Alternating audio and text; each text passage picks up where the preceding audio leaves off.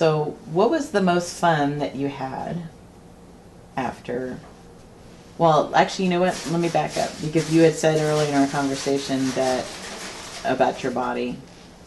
So, was it because after John had died and Disraeli had died, and you were? In my later years, I felt as if I was hanging on to something that had no more purpose, had no real benefit to me anymore. Right. Well, such pains. You had eyesight, right? You had cataract, so it was hard to see, and the arthritic. Yeah, pain, trouble. Right. Clinging to life when I thought it should be over. But you did very well. You and your husband did very well in matching up your children in, because what do they call you now in history? They call you the grandmother of Europe. Because your grandson was the last German Kaiser, and, so it's like your family, who still, your great-great-granddaughter just turned 90. And which, to me, if we can end our conversation on that topic briefly, she's about this summer to surpass your 63 years, 7 months of reign at 64 years. What do you think of that?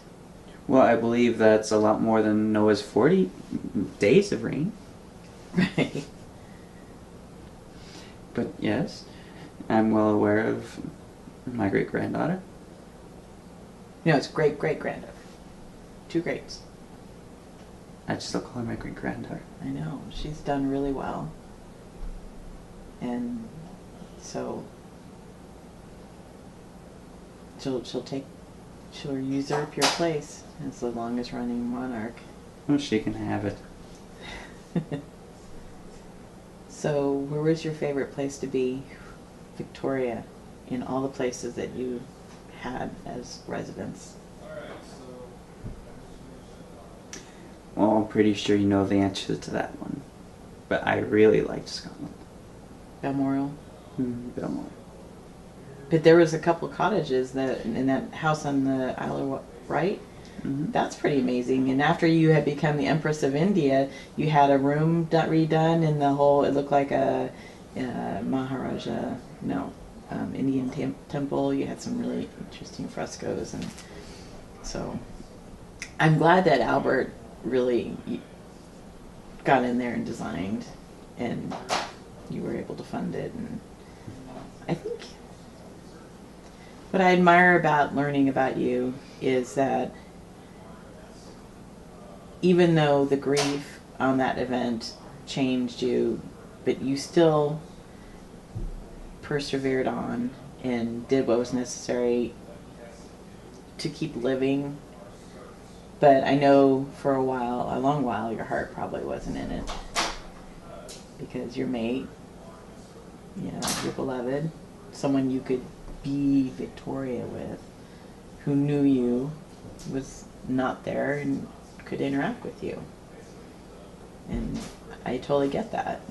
And I think that I'm glad that you didn't leave when he did, because now we wouldn't have a whole era, a whole timeline attributed to you, where, there was the Industrial Revolution, and culturally and politically and, everything socially had shifted in the time period that you were alive. They call it the Victorian period. Fashion, and yes, the corset, I'm so glad I missed that.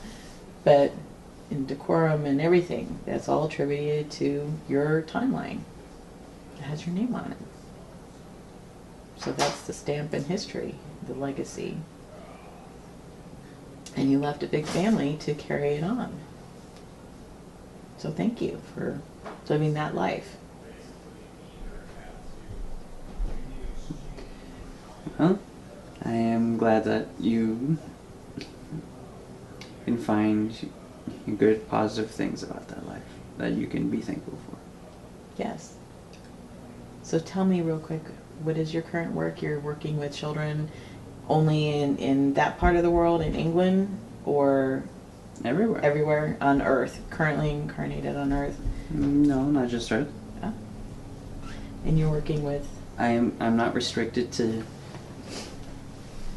certain places, if you will. Right. And so you're lighting up ideas and potentials and avenues of being for children. Mm-hmm. So if you have a potential Mozart who is in a household without a piano, I would find a way for the school to acquire one, and for that child to go to that school and that program. I love that. That is so great. Well, I appreciate you coming, and I look forward to talking with you again, if it serves you. And if it serves me, pish posh. There's been enough of those people serving me. How about we just say we can do it together and be at the end of it? That sounds like a good idea. Mm-hmm.